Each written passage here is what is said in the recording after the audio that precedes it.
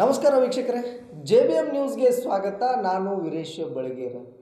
ರಾಮದುರ್ಗ ತಾಲೂಕಿನ ಕಟ್ಟಕಡೆಯ ಗ್ರಾಮ ಕಲಹಾಳ ಗ್ರಾಮದಲ್ಲಿ ಕ್ರಾಂತಿವೀರ ಸಂಗೊಳ್ಳಿ ರಾಯಣ್ಣನ ವೃತ್ತವನ್ನು ಚಾಲನೆ ನೀಡಿದ್ದಾರೆ. ಈ ಕುರಿತು ಒಂದು ವರದಿ ಇದೆ, ಬನ್ನಿ ವೀಕ್ಷಿಸೋಣ. ಕ್ರಾಂತಿವೀರ ಸಂಗೊಳ್ಳಿ ರಾಯಣ್ಣನ ವೃತ್ತ ಸ್ಥಾಪನೆ.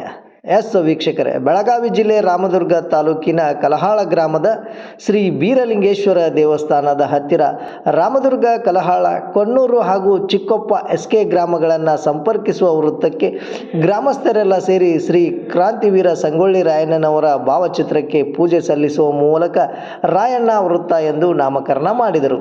ಇದೇ ವೇಳೆ ಗ್ರಾಮದ ಯುವ ನಾಯಕ, ತುಮಕೂರಿನ ನೀಲಗಂಗಾ ಪ್ಯಾರಾಮೆಡಿಕಲ್ ಕಾಲೇಜಿನ ಕಾರ್ಯದರ್ಶಿ ಶ್ರೀ ಕಲ್ಲಪ್ಪ ಜಗ್ಗಲ್ ಮಾತನಾಡಿ, ಮುಂಬರುವ ದಿನಗಳಲ್ಲಿ ಗ್ರಾಮದ ಎಲ್ಲರ ಸಹಕಾರದೊಂದಿಗೆ ರಾಯಣ್ಣನವರ ಭವ್ಯ ಮೂರ್ತಿಯನ್ನು ನಿರ್ಮಿಸಿ ರಾಮದುರ್ಗ ತಾಲೂಕಿನ ಸರ್ವ ಪಕ್ಷಗಳ ನಾಯಕರನ್ನು ಆಹ್ವಾನಿಸಿ ಬೃಹತ್ ಕಾರ್ಯಕ್ರಮವನ್ನು ಆಯೋಜನೆ ಮಾಡಲಾಗುವುದು ಎಂದು ತಿಳಿಸಿದರು.